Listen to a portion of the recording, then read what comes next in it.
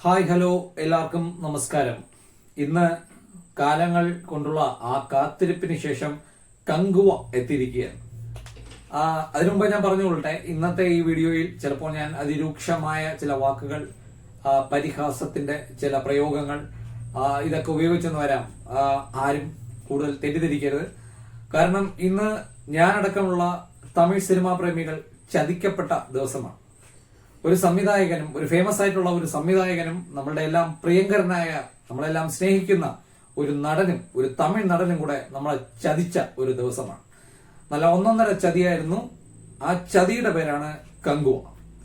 കങ്കുവ എന്നുള്ള സിനിമ, അതിന്റെ ട്രെയിലർ അല്ലെങ്കിൽ അതിന്റെ ഫസ്റ്റ് മോഷൻ പോസ്റ്ററോ അല്ലെങ്കിൽ ഫസ്റ്റ് ലുക്ക് പോസ്റ്റർ ഇതൊക്കെ കണ്ടപ്പോൾ മുതൽ ഈ ദിവസങ്ങൾക്ക് മുമ്പ് വന്ന ഒരു തിയേറ്റർ റിലീസ് ട്രെയിലർ വരുന്നത് വരെ എനിക്ക് ആ സിനിമയെ പറ്റി ഒരു ധാരണ ഉണ്ടായിരുന്നു. ആ ധാരണ ഒരു ശരാശരി അല്ലെങ്കിൽ ശരാശരിക്ക് താഴെ നിൽക്കുന്ന ഒരു സിനിമയായിരിക്കും.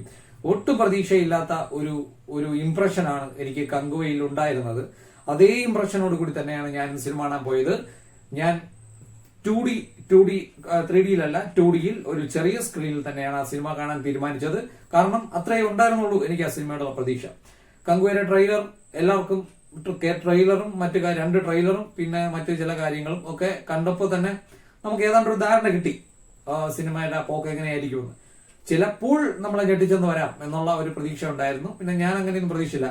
ശരാശരി അതിന് താഴെയുള്ള ഒരു പ്രതീക്ഷയോട് കൂടിയാണ് സിനിമ കാണാൻ പോയത്.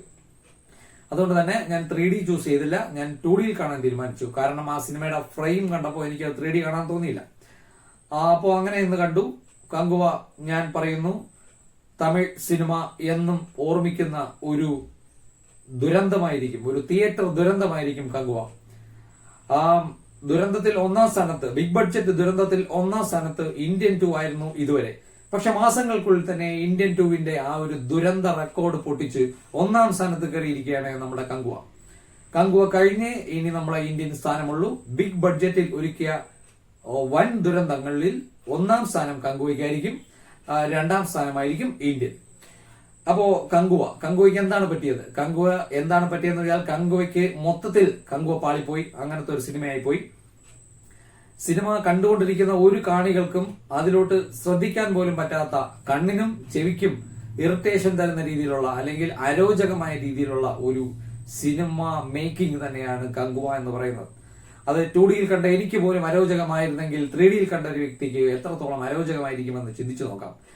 എന്താണ് സംഭവിച്ചത്? സിനിമയുടെ ജീവൻ എന്ന് പറയുന്നത് കഥ, തിരക്കഥ, സംഭാഷണം, സംവിധാനം, ഈ 4 മൊത്തത്തിൽ പാളിപ്പോയ ഒരവസ്ഥയായിരുന്നു കങ്കുവ.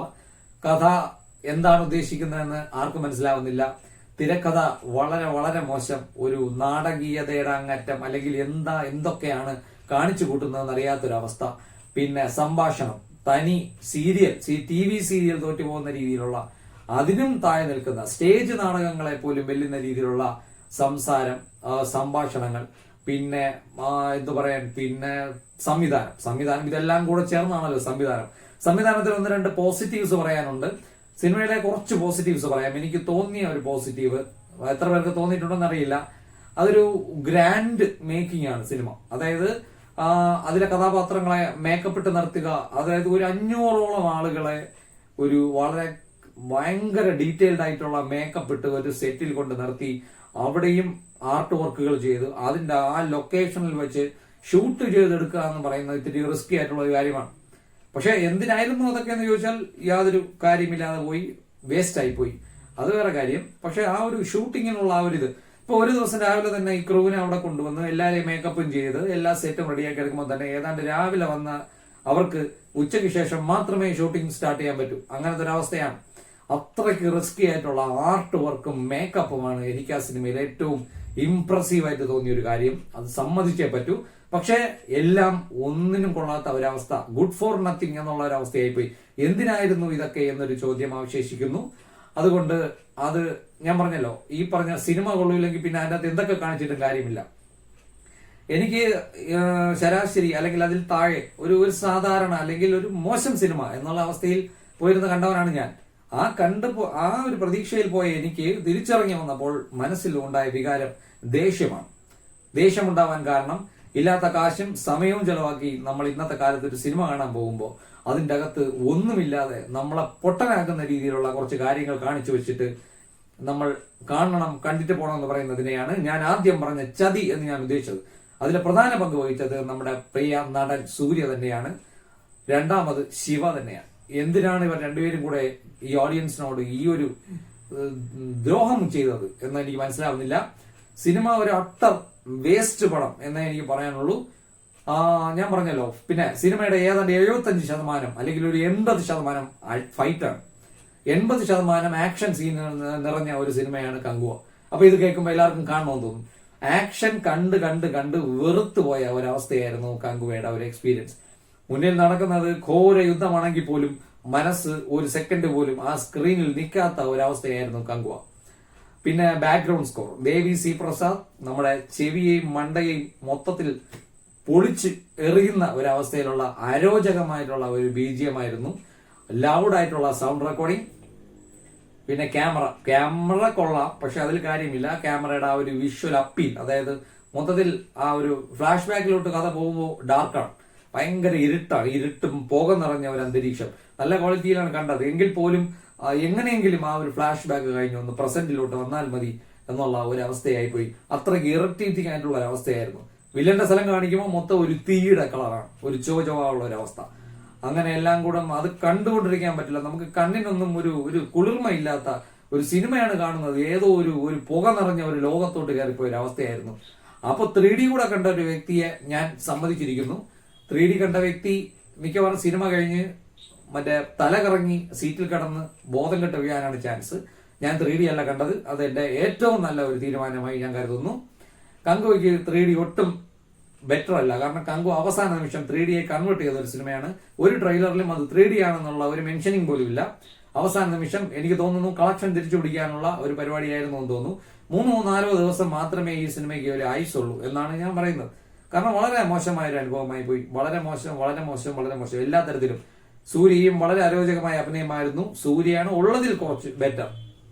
ബാക്കിയുള്ള ഏറ്റവും മോശമാണ് ബാക്കിയുള്ള എല്ലാ കഥാപാത്രങ്ങളും, പ്രത്യേകിച്ച് സ്ത്രീകളും കുട്ടികളും. സഹിക്കാൻ പറ്റാത്തത്രയും ബോറൻ അഭിനയമാണ് സ്ത്രീകളും കുട്ടികളും കാഴ്ചവെച്ചിരിക്കുന്നത്. പ്രത്യേകിച്ച് സൂര്യയുടെ കൂടെ വരുന്ന ഒരു കുട്ടിയുണ്ട്. ഞാൻ തൊഴുതുപോയി. ആ കൊച്ചിനെ അതിനെ എവിടെ നിന്ന് കിട്ടി എന്ന് എനിക്കറിയില്ല. അതിലെ ഏറ്റവും മോശപ്പെട്ട ഒരു പെർഫോമൻസ്. അതിന്റെ മുഖഭാവമൊക്കെ കാണുമ്പോൾ തന്നെ ചിരിച്ചു പോവാതെ ഒന്നും ചെയ്യുന്നില്ല. ഞാൻ ആ കൊച്ചിനെ വേറെ എവിടെയോ കണ്ടിട്ടുണ്ട്. ഒരു കുട്ടിയുണ്ട്. പിന്നെ സൂര്യയുടെ അഭിനയം റിപ്പീറ്റിംഗ് ആണ്. ഭയങ്കര കണ്ട് വെറുത്തു പോകുന്ന അലർച്ചയും ബഹളവും. പിന്നെ ഞാൻ ഒന്നും പറയുന്നില്ല.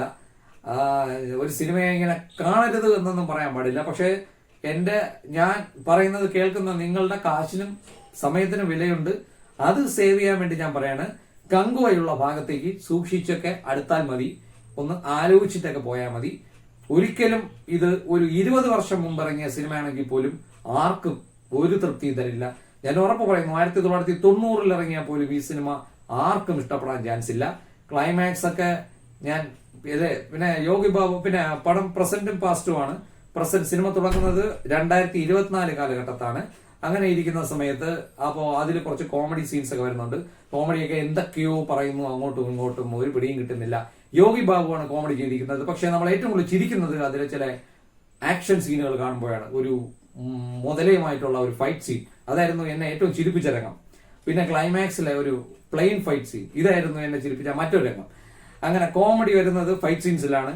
അല്ലാതെ പറയുന്നത് എന്താണ്, പിന്നെ ഒരു നടിയെ ഇട്ടിട്ടുണ്ട്. ഇതൊക്കെ എന്തിനാണെന്നറിയില്ല. സൂര്യ മൊത്തത്തിൽ കുളമാണ്. പടം മൊത്തത്തിൽ ഒരു ദുരന്തം എന്നുള്ളതിനപ്പുറം എനിക്ക് യാതൊന്നും പറയാനില്ല. അപ്പോൾ ബൈ. അടുത്ത റിവ്യൂ നാളെ വരുന്നതായിരിക്കും. ഞാൻ ഗ്ലാഡിയേറ്റർ 2 IMAX കാണാൻ പോകുന്നുണ്ട്. അതിന്റെ റിവ്യൂ നാളെ വരും. അതുവരെ ബൈ.